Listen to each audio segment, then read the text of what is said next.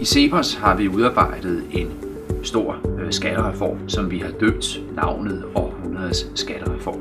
Et af principperne er, at vi skal reducere eller fjerne nogle af de mest forvridende afgifter og skatter.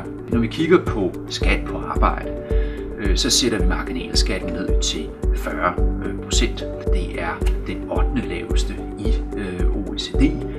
Det er under niveauet i Schweiz, Storbritannien og Tyskland. Så ændrer vi også på beskatningen af kapital. Blandt andet så går vi ind og reducerer aktiebeskatning og rentebeskatning til 25%. Herudover der letter vi selskabsskatten til 12%, det vil sige det allerlaveste niveau i OECD. Hvorfor det? Jo, en selskabsskat gør det mindre attraktivt for virksomheder at investere i nye maskiner, i teknologi, i forskning med videre. Derudover har vi også det økonomiske princip i reformen, at afgifterne skal sættes til det, der hedder de eksterne omkostninger. Når man forbruger nogle typer af varer, så har det nogle forureningskonsekvenser. Det kan have konsekvenser for sundhed med videre. Så vi prøver at sætte afgifterne til et niveau, der matcher de her eksterne omkostninger. Den samlede skattelettelse, ja, den er stor. Den er på 3% af BNP, eller cirka 60 milliarder kroner.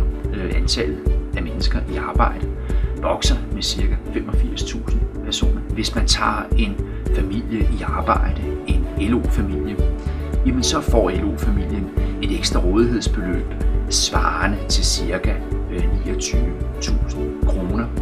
For en funktionærfamilie, der er det cirka 49.000 kroner. Når man sænker skatteafgifter med 3% af BNP, så skal man nogenlunde også sænke de offentlige udgifter med 3% af BNP. Det gør vi ved at reducere væksten i det offentlige forbrug, i stedet for at have en vækst på 0,6% om året i årene fra 2014 til 2020, så går vi ned på nulvækst i den årrække. Når denne reform den er gennemført, så vil vi fortsat være blandt lande, der har en høj grad af lighed, men uligheden er lidt større. Vi kommer ned i gruppen af lande som Østrig, Holland og Sverige. Og set fra vores perspektiv bør det være til at leve med. Det der er udfordringen herhjemme, det er i høj grad at skabe vækst og velstand gennem sunde incitamenter. Og det giver CEPOS sammenhængende skattereform et bud